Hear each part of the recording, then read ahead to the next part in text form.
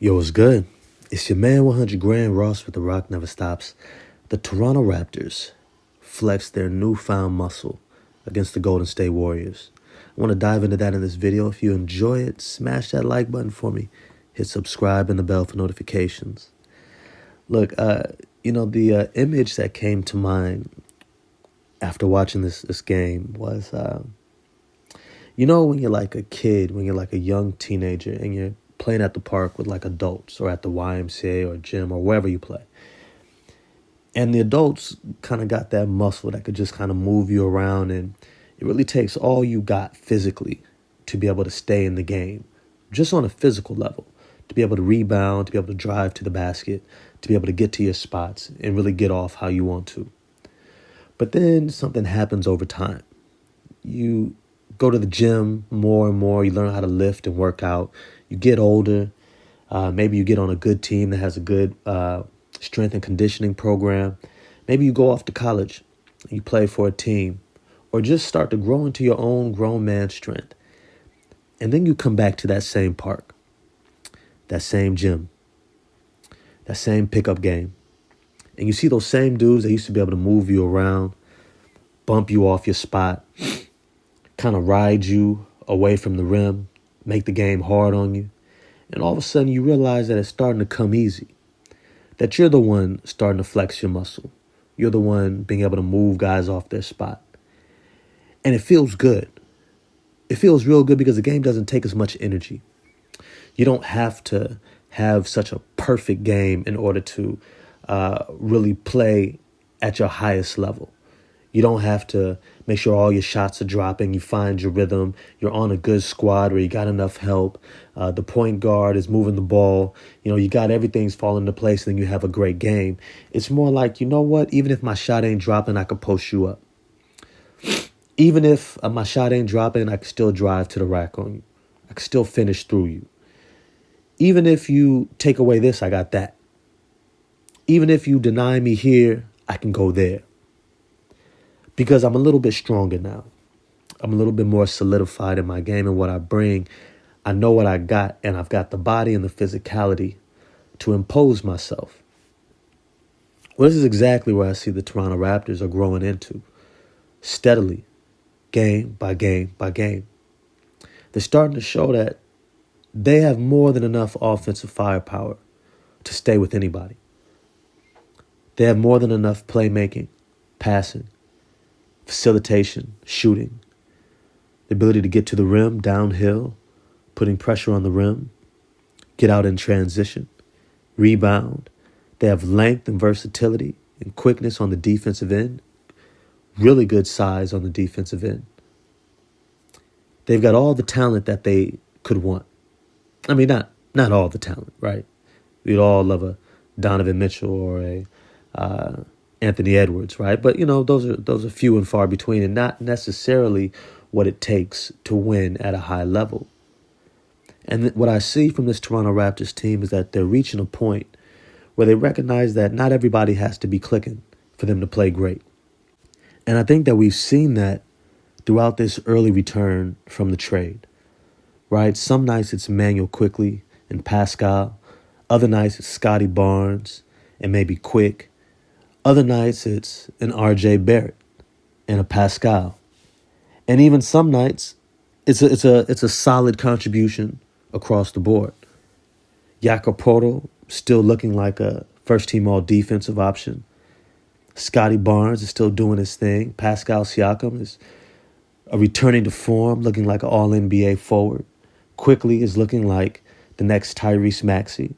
And RJ Barrett is finally finding his form and really beginning to flex his offensive firepower now that he's not expected to do as much. You see, when you have the right pieces in the right positions and you have an offensive system, you have a system just on both ends of the court that fits the personnel, you begin to see that the game is coming easier and easier. And you begin to get to a point where you can rely upon the team to be able to step into what you would expect from them, right? There's a lot of teams in the NBA right now that are not playing up to expectation. Well, the Toronto Raptors, after this trade, have reset expectations, and they're beginning to play up to those expectations. You're beginning to see Pascal look like an all-NBA player. You're beginning to see quickly, right? R.J. Barrett, Scotty Barnes, Jakob Poeltl, Dennis Schroeder, Gary Trent Jr., Chris Boucher. You're beginning to see this top 8, and you're beginning to realize that this is not only a playoff team. It's probably a team that should be expected to get out of the first round of the playoffs. It's a team that looks like they're maybe, once again, a piece away from potentially being a contender. They're right there on the verge. They have the type of setup in the roster where you're going to look at them and you're going to look at the rest of the Eastern Conference and say, there's maybe only a handful of teams that you would even clearly say are better than them. Like, and I think I've said this before. They match up really well with Philly. They've played Philly really well in the past. I don't think that there's any fear of Philly. But I think most people would still say that Philly is a better team than them. And a major part of that is the continuity that they have, that Toronto is still building. But outside of that, you're looking at maybe a Boston, a Milwaukee, and then it kind of stops there. There's not another team that you can clearly say when you look at this roster, when you look at their talent and their depth and how they're playing right now, and say that they are clearly better than them. Which is why I have this team as a playoff team. And one of the things that you see from playoff teams is that they take care of business against the teams that are not playoff teams. Not just teams beneath 500, but teams that don't have their act together, teams that are still trying to figure themselves out, teams that have injuries, teams that aren't prepared. They just get them out the way early. They begin to blow them out in that second or third quarter. They begin to separate themselves, and you begin to see the difference between them. And that's what you expect from a playoff team. And that's what you're beginning to see from the Toronto Raptors, is that they're separating themselves from the rest of the league.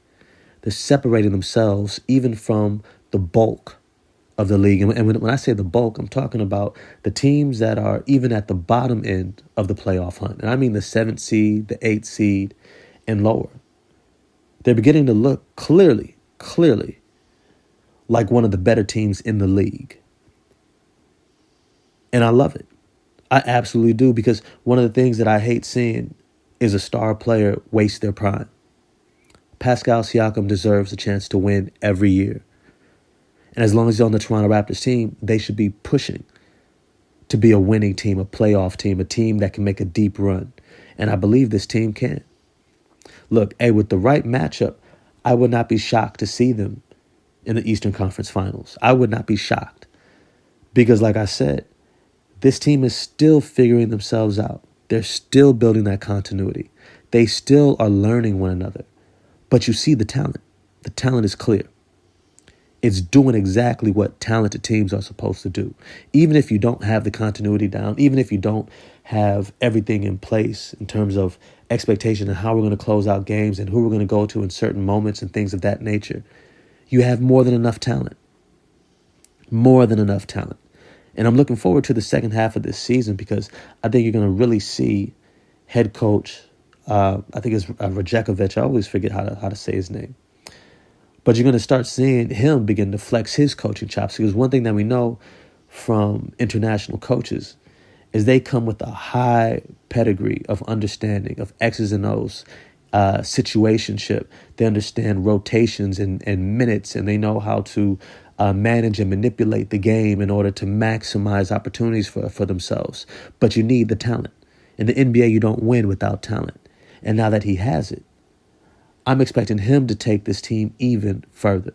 I think he's going to unlock that backcourt of Emmanuel Quickley and R.J. Barrett. And I think you're going to see Scotty Barnes begin to settle into a role that looks really like, and probably his best comparison is to a Scottie Pippen, an athletic forward who's a Swiss Army knife who can also exploit matchups night in and night out to be a high-level effective scorer. I don't think he's necessarily a go-to option, but he's so talented that he's going to be able to dominate on either end whenever he wants. like we saw Scottie Pippen doing throughout his prime.